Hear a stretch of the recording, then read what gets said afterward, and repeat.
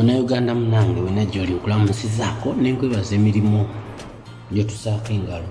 Spike News Uganda nga bulijjo tukwebaza gwe wenna akomentinga, alikinga, asharinga najja mu kabox nobaako byotugamba okuwabula byonna tubyebaza. Era naffe tweyama okuba tusangako ensonga ez'ensonga. Kakati olwaleero kinjagala twogereko kitini nnyo naye kyetagamuko obwongo okitegeera anti ebya Spike obimanyi. Kati twabadde tuli awo nvazibidde nga batugamba nti Joyce Baagala Ntwatwa MP eyawangula akalulu ka Mityana omukyala nti kooti esazizaamu okola ki obuwanguzi bwe ng'omukyala eyamugyeyo ye minisita w'ebyettaka nga bayita n'abakooba. Omukyala ono nno yaliko mu poliisi ababijjukira ebiseera ebyo.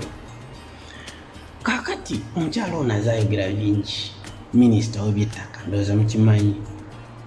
Naye ekibuuzo kiri nti okumanya kooti zaffe eza Uganda zafuukira ddala z'abawumba tutu. Omukyala yayimira n'agamba talina bujulizi ng'ate kooti zonna okuva gye tumanyi okuva edda n'edda ne wabajjajjaawo oba nnyoko ng'olina kyomugamba agamba wabirabye.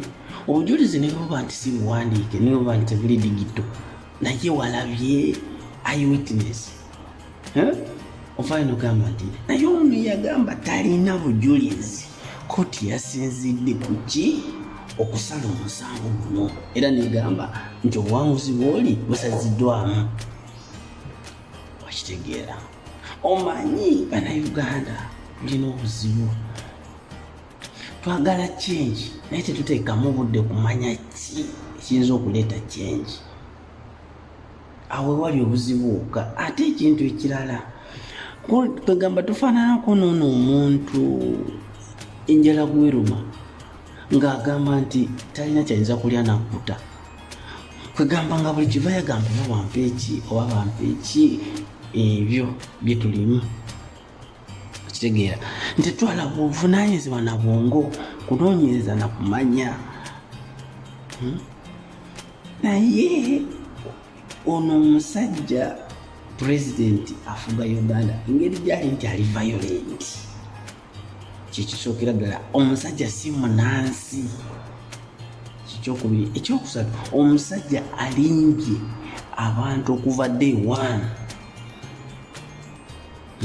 Ekyokuna omusajja alina ssente. Ekyokutaano omusajja tulinga abaalwamuko. Sigambye ntasoboka naye tulinga abaalwamu. Kwegamba tuze tuwuddisibwa bannabyabufuzi betulowooza nti bayinza otuyamba. Kati omuntu ayinza kutulanaga ye kino kitulazaawa oba kino kitukomyawo oba kituzaawa. Ebyo ebibuuzo byonna wonoobyetegereza bwoti n'obisengejja n'obisensula n'obissa wali ojja kutegeera ekituufu. Kati ekyokulala omukyala ono Joyce Baagala yawangula akalulu ekyo buli omu akimanyi.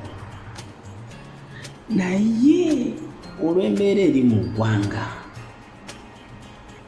ku mbeera ya kooti okuba nti wabadde bujulizi neesala omusango, njagala munnange twesibire eddala 3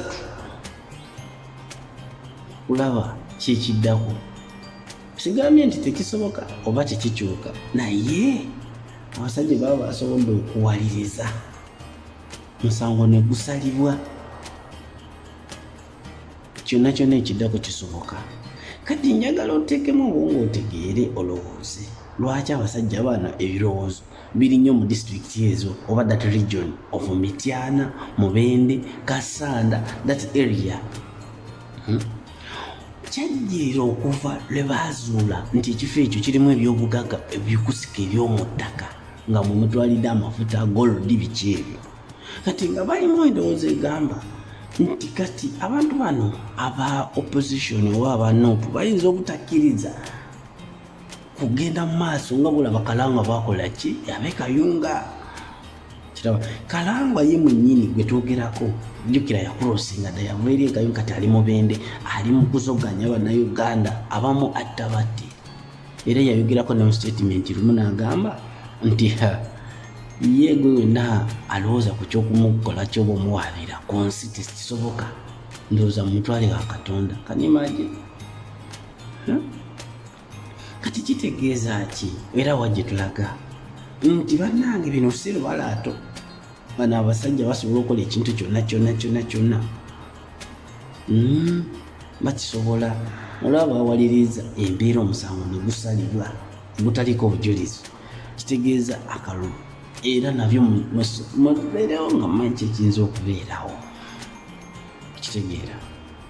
So bannange awo we tuyimiridde, naye ngera Mukama bwasigala nti ali ku sayidi y'abanyigirizibwa, Joyce baagala tujja kuddamu tumwongere akalulu, naye era tulina okakuuma n'obujulizi bwonna tubeere nga tubukuŋŋaanya ffe abanyigirizibwa.